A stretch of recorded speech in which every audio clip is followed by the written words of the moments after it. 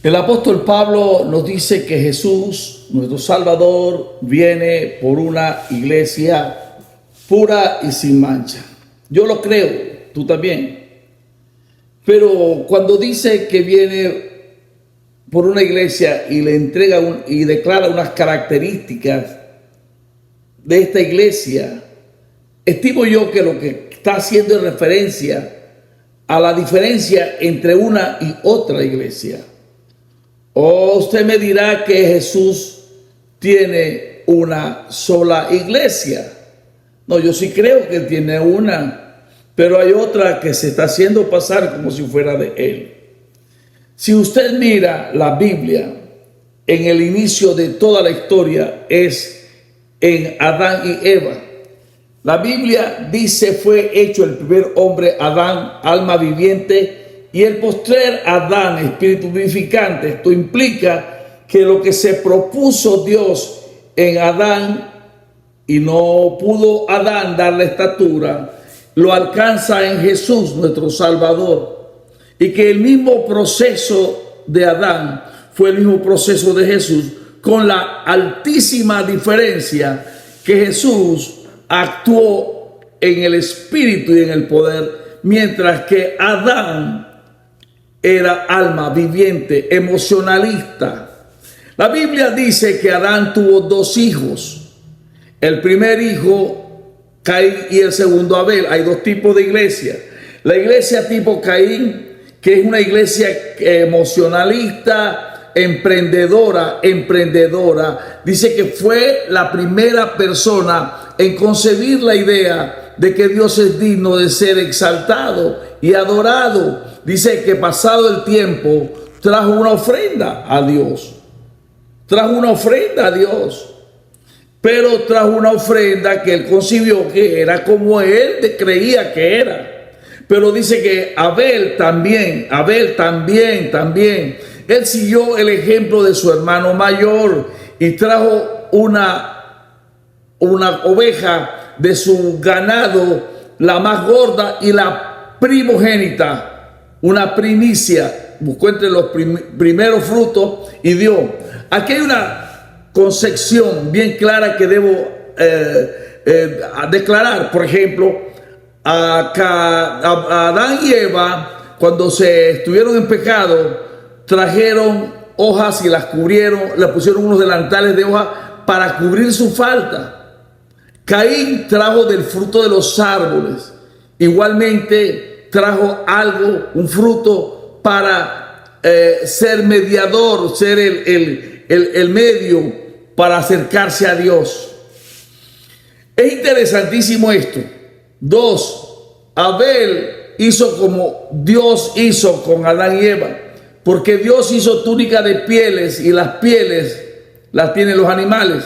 Entonces Abel, conforme a Dios hizo, él hizo hacia Dios, porque sabe que Dios le agradó, que es el modelo de Dios. Esto es supremamente importante. Hay una iglesia que hace maravillas para Dios, pero no llega a agradar a Dios, no llega a tocar el corazón de Dios. Mas sin embargo hay otra iglesia tipo Abel que sí llega a tocar el corazón de Dios, porque hace conforme a aquello que a Dios le agrada. Mi pregunta es: ¿a quién quieres agradar tú? ¿A Dios o a los hombres? ¿De quién buscas tú favores?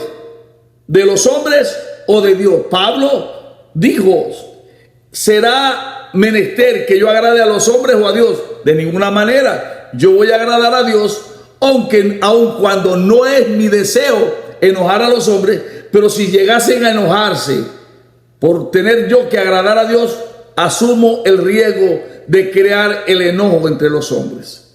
Esto es sinceridad. Esto es una iglesia que para servir a Dios debe morir. Por eso murió Abel. Y dice Hebreos que aún muerto, su ofrenda, su revelación, su medio para encontrarse con Dios, habla por él.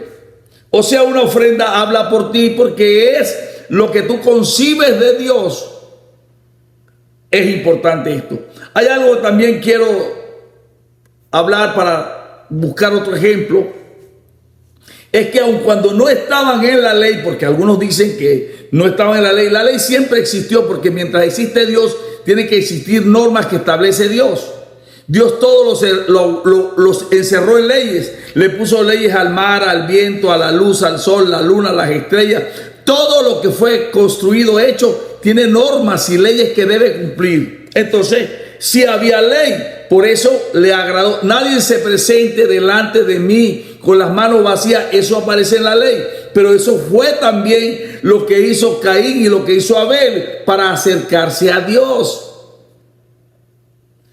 Ahora, qué interesante, Abraham, cuando es llamado, viene con Lot, porque hay dos tipos de iglesia. La iglesia que tiene un llamado y la iglesia que no tiene nunca un llamado. La iglesia que viene porque Dios la llama y la iglesia que viene porque alguien la trae. Dios no llamó a Lot, llamó a Abraham. Y Abraham caminó con Dios y conocemos esa iglesia que se equivoca, que fue a Egipto, pero que permanece, porque permanece según la palabra del llamamiento. Porque cuando hay un llamamiento, hay una razón de ser, hay una norma que no puedes dejar de hacerla, porque dentro de ti fluye el poder del Espíritu Santo y jamás vas a dejar de hacer aquello por lo cual fuiste llamado a hacer. Es tu vida, es tu sustancia, es lo que tú crees, piensas o haces. La vida está en el llamado. A Lot no. Lot estaba sobre ciertos beneficios que podía darle el llamamiento de su familiar. Y se vino con Abraham y usted entiende, bajó a Egipto, subió de Egipto. Pero cuando hubo abundancia, la prosperidad lo llevó a Sodoma y a Gomorra. Conoce la historia es totalmente paradójica, porque uno es el padre de la fe y otro es el ejemplo de la desobediencia, porque hay dos iglesias. Pero algo bien interesante es que Abraham no tuvo un hijo sino dos. Uno de la carne, cuando quieres ayudar a Dios, y se llama Ismael, y otro se llama Isaac. Ismael es el prototipo de la iglesia que nace de la esclavitud, que no se separa de la esclavitud, que arrastra consigo todos los incidentes, todas las situaciones de la vida pasada, que no puede desatarse del ayer, que no se cumple el pasaje que dice, que habla Pablo, las cosas viejas pasaron y aquí todas son hechas nuevas. Él permanece en una vida entre lo nuevo y lo viejo, un sincretismo, una ideología tétrica, diabólica. Esa es una iglesia que mezcla las circunstancias, situaciones, que interpreta a su manera la palabra.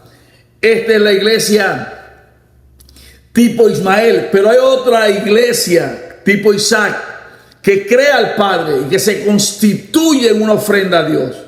Fue puesto en el altar y fue intervenido y rescatado por Dios en el altar, porque es la iglesia que funciona a través del altar, a través de la santidad, de la integridad, del lugar donde Dios mira, donde Dios habla, donde Dios ministra. Eso es bien interesante.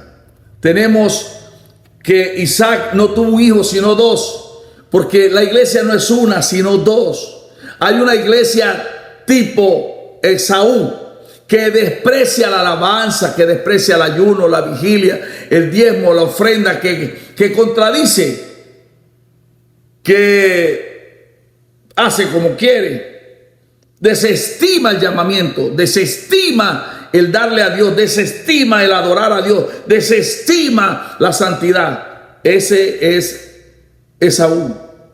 Pero hay uno que se llama Jacob, que se le ha dicho malo, como sea, suplantador, como quieras llamarlo, pero es uno que arde ansioso de tener el lugar que su hermano desprecia, que es capaz, y eso no estoy de acuerdo, de usar métodos equivocados con el propósito de alcanzar las metas que Dios tiene en su corazón. Ya Dios había dicho que él sería bendecido, pero él llevaba en su simiente el deseo de agradar a Dios. La Biblia habla de este hombre que se llamó Jacob, que después cambia Dios el nombre en Peniel y se llama Israel.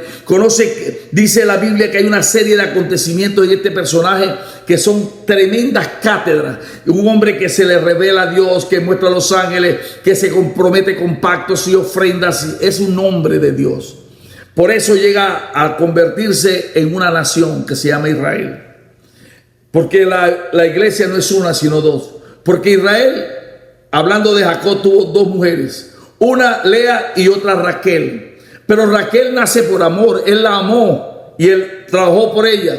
Pero Lea nace por tradición. Porque es nuestra tradición que la mayor se case primero que la menor. Entonces hay una iglesia tradicionalista.